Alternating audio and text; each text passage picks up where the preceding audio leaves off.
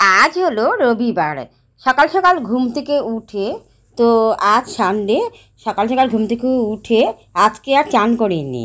তো বাসি জামা কাপড় ছেড়ে ঠেড়ে পরিষ্কার হয়ে তারপরে আমি একটু রান্নাঘরে চলে এলাম।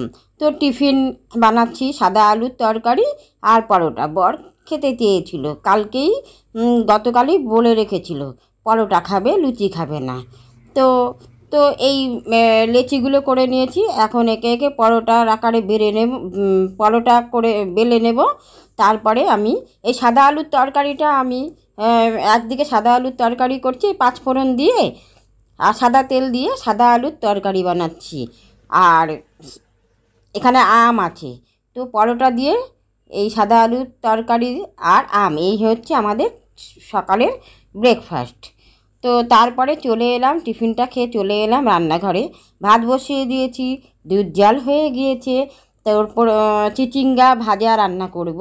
চিচিঙ্গা সবই গতকাল কেটে রেখেছিলাম, রাতে কেটে রেখেছিলাম।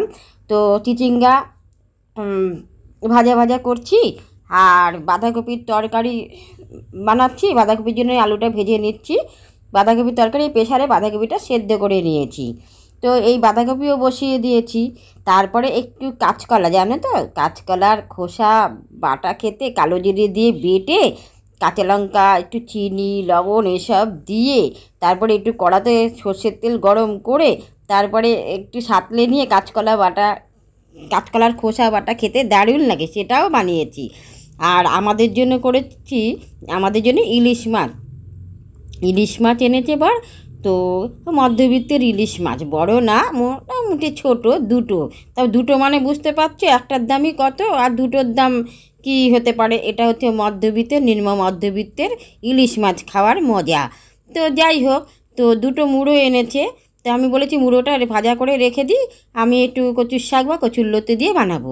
তো আমি ইলিশ মাছটা আজকে সর্ষে, দই, টক দই এসব দিয়ে বানাবো।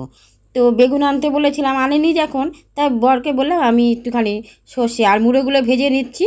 তো ইলিশ মাছটা ভেজে নিয়েছি আর রান্না করলাম, একটু সর্ষে বাটা একটু দিয়ে দিলাম আর টক দইও দিয়ে দিলাম এর মধ্যে। তারপরে একটু নেড়ে চেড়ে জল দিয়ে দিলাম, ঝোলটা ফুটে উঠেছে। খেতে কিন্তু দারুণ হয়েছে দই ইলিশ। তো ওর উপরে একটুখানি কাঁচা লঙ্কা আবার একটু দিয়ে দিলাম চিড়ে, আর একটু কাঁচা সর্ষের তেল, এটা তো দিতেই হবে। তো এই হচ্ছে আজকে আমাদের রবিবারের মেনু। আজ হলো মজাদার